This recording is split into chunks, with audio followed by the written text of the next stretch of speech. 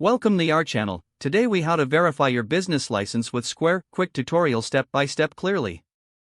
Open your web browser and navigate to the Square website. Log in to your Square account using your credentials. Once logged in, locate the dashboard on your screen. From the dashboard, find and click on Settings in the menu. In the Settings menu, select Account and Verification. Scroll down until you find the Business License section. Click on the link to verify business license.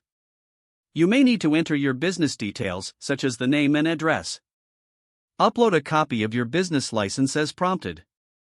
Ensure that the document is clear and legible before submitting.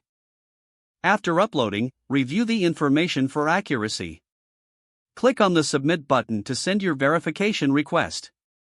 Wait for a confirmation message to appear on your screen. Square will review your submission, which may take a few days. Check your email for any updates regarding your business license verification. Once verified, you will receive a confirmation email from Square. Congratulations, your business license is now verified with Square. If the page does not load, refresh the browser or try again in a private or incognito window. Make sure you are using the correct email address, then retype it carefully to avoid small typos. If your password is not accepted, use the reset option and create a new strong password you can remember. Check your spam folder for verification or security emails, then complete any requested confirmation steps. Enable two-factor authentication if available to improve account security and reduce unauthorized access risk.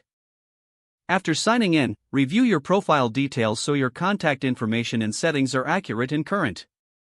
If you see an error message, note it down and try again after restarting your device and internet connection.